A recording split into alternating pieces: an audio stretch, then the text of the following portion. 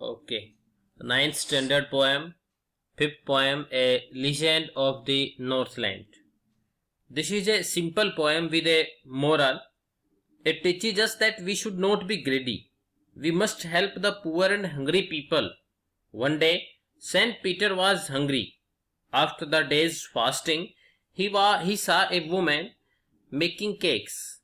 He asked for one. क्या होता है कि एक बार एक ये जो कविता है बेटा बड़ी सीधी सादी और एक अच्छे मोरल के साथ, एक अच्छी शिक्षा के साथ है, और ये हमें सिखाती है कि हमें बिल्कुल भी ग्रेडी नहीं होना चाहिए, लालची नहीं होना चाहिए। हमें गरीब और भूखे लोगों की मदद करनी चाहिए। इस पोएम के अंदर बताया कि एक बार एक संत पीटर, जिन्होंने पूरे दिन से क्या कर रखा था, उपवास कर रखा था, फास्ट कर रखा था, और जिसके वजह से भूखे थे, और उन्होंने एक लेडी से क्या मांगा, केक मांगा। And the woman was very ग्रेडी. She made a very small and thin cake for Saint Peter, but she did not want to part with even this cake. Saint Peter became hungry, and he cursed the woman to be changed into bird. She became a woodpecker and flew out of the chimney. She still lives in the wood and keeps boring tree for food. जब उसको खाना नहीं देते बेटा, तो वो जो lady थी जिससे उन्होंने केक मांगा था, वो बहुत ग्रेडी थी, बहुत लालची थी। उसने सेंट पीटर के लिए बहुत छोटा और पतला केक बनाया, परंतु वो इस केक को भी उसे नहीं देना चाहती थी। संत पीटर को गुस्सा आ जाता है और उसने उस औरत को क्या दे दिया, श्राप दे दिया कि तुम क्या बन जाओ, वुड पीकर। वुड पीकर होता है कटफोड़ा। देखा होगा ना आपने, पेड़ों के अंदर एक बड़ी सी चोंच का जानवर होता है जो उसको खोदता रहता है, उसके अंदर वो अपना भोजन निकालता रहता है। वो उसे बनने के लिए कह देता है, मतलब श्राप दे देता है, और वो चिमनी से निकलकर उड़ जाती है। आज भी वो जंगल में रहती है और भोजन के लिए पेड़ों के अंदर छेद करती रहती है। ओके, दिस पोएम नरेट्स, बेटा this poem is written by Phoebe Cary, and this poem narrates the legend of an old lady who angered Saint Peter because of her greed. ये जो कविता है किसके बारे में है, एक लेडी के बारे में जिसने अपने लालच के कारण सेंट पीटर मतलब एक संत आदमी होता है, एक पवित्र आदमी, जैसे हमारे साधु होते हैं, उसी प्रकार का एक आदमी है जिसको वो क्या कर देती है, नाराज कर देती है अपने लालच के कारण। So let us start from first stanza, away away. Okay, away away in the Northland where the hours of the day are few and the nights are so long in winter that they cannot sleep them through. Okay, Northland means बेटा होता है New Zealand. बताया कि बहुत दूर Northland में जहां दिन बड़े होते हैं और सर्दी की रातें इतनी बड़ी होती है कि सोकर नहीं बिता सकते। क्या आप उन्हें सोकर नहीं बिता सकते हैं। Where the hours of the day are few, जहां पर जो दिन होते हैं वो कैसे होते हैं, बड़े नहीं होते, कैसे होते हैं, बड़े छोटे होते हैं, मतलब बहुत ज्यादा छोटे होते हैं। And the nights are so long in winter, और सर्दी ऋतु के अंदर रातें बहुत लंबी होती है। That they can not sleep them through, जिसे आप सोकर नहीं बिता सकते। वेयर दे हार्नेस मीन्स होता है फास्टन टू द कार्ट, गाड़ी से लगाना, गाड़ी में जोतना। द स्विफ्ट मतलब फास्ट। Reindeer that is the animal. To the sledges means होता है a cart which moves on the ice and snow, बर्फ पर फिसलने वाली गाड़ी होती है। And when it snows and the children look like bears cub in their funny furry clothes. देखिए, जहां बर्फ पड़ने पर लोग क्या करते हैं, where they harness the swift reindeer to sledges when it snows, जहां बर्फ पड़ने पर लोग बर्फ गाड़ियों के साथ रेंडियर को बर्फ गाड़ियों के साथ जोत लेते हैं, उन्हें गाड़ियों के साथ जोड़ लेते हैं और तेज चलते हैं। और बच्चे होते हैं वो बड़े अजीब फर वाले कपड़ों में रीछ के बच्चों जैसे लगते हैं, मतलब बड़े क्यूट से बच्चे लगते हैं जब वो क्या करते हैं, अपने फर वाले जो मतलब बड़े बड़े ऊन वाले जो कपड़े पहनते हैं, तो बिल्कुल साफ सुंदर एकदम भालू के बच्चे की तरह, रीछ के बच्चे की तरह वो दिखाई देते हैं। दे tell them a Christian story. I don't believe it's true. It is true, and yet you may learn a lesson if I tell the tale to you. और जहां पर क्या करते हैं बेटा, वो लोग हैं बच्चों को एक अजीब कहानी सुनाते हैं। क्रिशियस मतलब स्ट्रेंज, अजीब। और अगर यदि मैं नहीं समझती, मतलब ये जो पोएटेस है बेटा, उस नेम इज फीबी कैरी। ये एक पोएटेस है, नॉट ए पोएट, जो कहते हैं कि मैं नहीं समझती कि यह एक सच्ची कहानी है, लेकिन अगर मैं तुम्हें ये कहानी सुनाऊं तो तुम्हें एक शिक्षा जरूर मिलेगी, तुम इससे कोई ना कोई शिक्षा जरूर हासिल करोगे। वंस, एक बार, when the good Saint Peter lived in the world below and walked about it preaching. Preaching means होता है गिविंग सेरेमन, मीन्स उपदेश देना।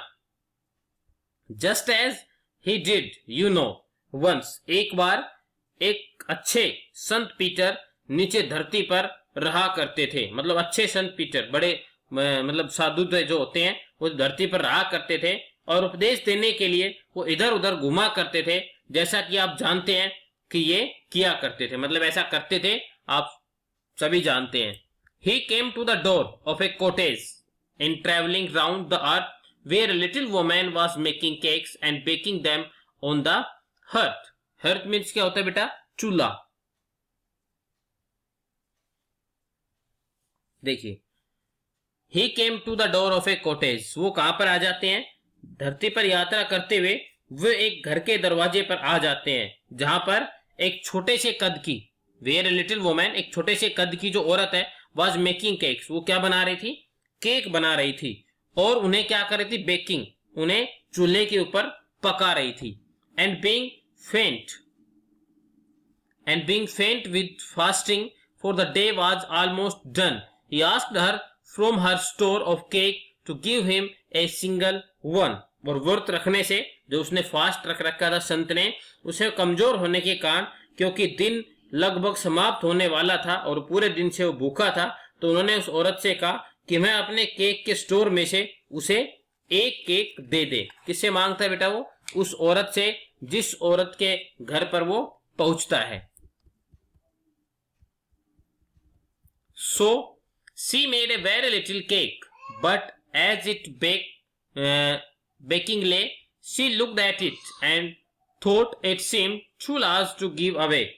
और इसलिए उसने छोटा सा केक बनाया, लेकिन जब वह केक पक रहा था तो उसने इसे देखा और सोचा कि यह देने के लिए यह केक बहुत बड़ा है। Therefore he needed another and still a smaller one, but it looked when she turned it over as large as the first had done. ठीक है, देखो बेटा, needed means होता है pressed and stretch the dough, गूथना, मतलब उसको बिल्कुल एक चिप्स की तरह क्या कर देती है?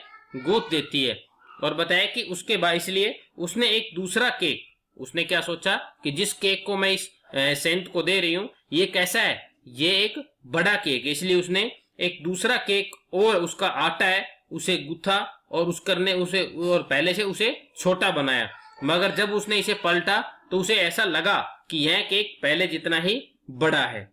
Then she took a teeny scrap of dough. Dough का मीन्स क्या होता है बेटा? आटा। And teeny means बहुत छोटा। And rolled it flat and baked it thin as a wafer. But she couldn't part with that. तब उसने क्या किया? बहुत छोटा सा आटा लिया और उसको गूंथ लिया और उसे बेल कर उसने उसे बिल्कुल फ्लैट, चपटा कर दिया और बिस्कुट की तरह, बिल्कुल बिस्कुट की तरह पतला केक बनाया। मगर वह उसे नहीं दे सकी। उसके बारे में क्या सोचती है? ये भी कुछ ज्यादा बड़ा है। For she said, my cakes that seem too small when I ate of them myself are yet too large to give away. So she put them on the shelf. और उसने, क्योंकि उसने कहा कि जब मैं अपने लिए, अपने खाने के लिए कोई केक लेती हूँ तो केक बहुत बड़े प्रतीत होते हैं, किंतु देने के लिए मतलब बहुत ही छोटे। जब वो खाती है तो केक बहुत छोटे प्रतीत होते हैं, परंतु देने के लिए ये बहुत बड़े हैं, इसलिए उसने उन्हें भी किसमें रख दिया? शेल्फ, अलमीरा में रख दिया, मतलब जहां पर वो रखती थी। Then good Saint Peter grew angry, for he was hungry and faint, and surely such a woman was enough to provoke a saint. Provoke मतलब गुस्सा दिला देना, make someone angry, किसी को नाराज कर देना, नाराज होने के कारण वो क्या करता है? सेंट उसे श्राप दे देता है। तब अच्छे सेंट को गुस्सा आ गया, क्योंकि वह भूखा और कमजोर था और निश्चय ही ऐसी औरत एक संत को भी क्रोधित कर सकती थी। And he said, You are far too selfish to dwell in a human form, to have both food and shelter and fire to keep you warm. और तब उसने कहा कि तुम इतनी अधिक स्वार्थी हो कि तुम मनुष्य के रूप में रहने के लायक ही नहीं हो. मतलब तुम मानव रूप के अंदर ह्यूमन बीइंग है, उसके ऊपर तुम कलंक हो. तुम भोजन, तुम्हारे पास आश्रय है, तुम्हारे पास खुद को गर्म रखने के लिए आग है, तुम इन सब के पात्र बिल्कुल भी नहीं हो. मतलब तुम इन सब के लायक बिल्कुल भी नहीं हो. ये चीजें तुम्हारे पास नहीं होनी चाहिए. Now you shall bird as the birds do and shall get your scanty food by boring and boring and boring all day in the hard dry wood. और तब उसने उसे श्राप दे दिया, कर्ष दे दिया कि अब तुम पक्षियों की तरह घर बनाओगी और उनकी तरह तुम्हें बहुत कम भोजन तब मिलेगा जब तुम सारा दिन सूखी लकड़ी में छेद करती रहोगी. बार बार सूखी लकड़ी है, उसमें छेद करोगी, अब तुम्हें तब जाकर भोजन मिलेगा, भोजन की प्राप्ति होगी. स्कैंटी फूड मतलब बहुत ही कम भोजन. Then up she went through the chimney, never speaking a word, and out of the top flew a woodpecker, for she was changed to a bird. और तब वह चिमनी में से निकलकर उड़ गई और कोई शब्द नहीं बोला, और चिमनी में से एक कटफोड़ा निकला. कटफोड़ा मतलब समझ रहे हैं ना, जो बड़ी चोंच होती है और लकड़ी को काटता रहता है. क्योंकि अब वह एक पक्षी बन गई थी. किसको श्राप दे दिया था? उस औरत को जिससे केक मांगा था. और अब वो क्या बन गई थी? एक पक्षी बन गई थी. She had a scarlet cap on her head and that was left the same, but all the rest of her clothes were burned black as a coal in the flame. और उसके सर पर तीखे लाल रंग की टोपी थी, जो पहले की तरह ही थी. मतलब जो पहले उसके सर पर हुआ करते थे. स्कारलेट मतलब तीखा लाल, ब्राइट रेड चमकीला लाल जो होता है. मगर उसके बाकी सब कपड़े हैं आग में जलकर कोयले की तरह काले हो गए थे. And every country school boy has seen her in the wood where she lives in the trees till this very day, boring and boring for food. और बताया कि और हर स्कूली ग्रामीण लड़का उसे जंगल में देखता है और जहां वह आज भी वृक्षों में रहती है और भोजन के लिए तने में छेद करती रहती है, और उसे आज भी देखा जा सकता है. So that is the poem and written by, this poem is written by Phoebe Cary.